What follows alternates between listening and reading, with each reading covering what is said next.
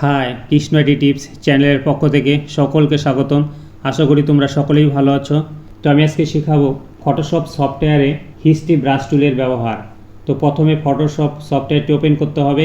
Open করার পর যে কোনো একটি ফটো ইনসার্ট করতে হবে। তো আমি এখান থেকে একটি পিকচার মাউস দিয়ে লেফট ক্লিক করে ফটোশপ সফটওয়্যার এনে এখানে ছেড়ে দিলে কিন্তু ছবিটি এখানে চলে আসবে ফটোশপে।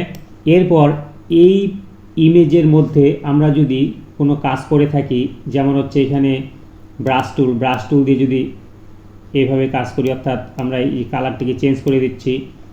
এছাড়াও অন্য টুল দিয়ে যদি আমরা কোনো কিছু ব্যবহার করে থাকি, যেমন হচ্ছে এই টুল দিয়ে ক্লিক করলাম, অর্থাৎ ছবিটিকে কিন্তু আমরা এভাবে কিন্তু আমরা নষ্ট করে দিলাম। অথবা যে কোনো কিছু কাজ করতে গেলে আমাদের অনেক সময় ভুল হয়। ভুল হওয়ার পর এই ছবিটিকে তার আগের অবস্থায় ফিরে কি করে আনবো, এর জন্য কিন্তু আমাদের দরকার হিস্ট্রি ব্রাশ টুল। অর্থাৎ হিস্ট্রি ব্রাশ টুল এখানে ক্লিক করতে হবে।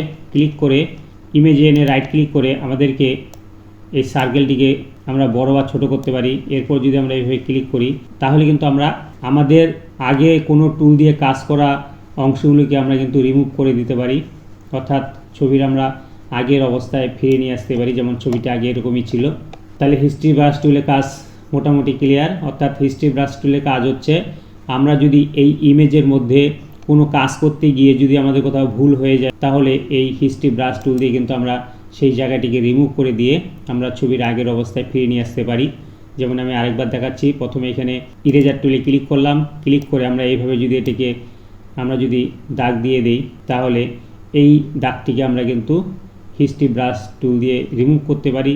তাহলে হিস্ট্রি ব্রাশ টুলে ক্লিক করতে হবে, আর এই দাগের উপর দিয়ে আবার আমাদের আর এইভাবে ক্লিক করে এটাকে ঘষে মুছে দিতে হবে। তাহলে কিন্তু ক্লিয়ার হয়ে যাবে। তো হিস্ট্রি ব্রাশ টুল কমপ্লিট। তো ভিডিওটি যদি ভালো লাগে তাহলে অবশ্যই চ্যানেলটিকে সাবস্ক্রাইব করে দিবে এবং পাশে থাকা বেল আইকনটি প্রেস করে একটি লাইক কমেন্ট করে তোমাদের মতামত জানাবে। তো তোমরা সবাই খুব ভালো থেকো। Thank you.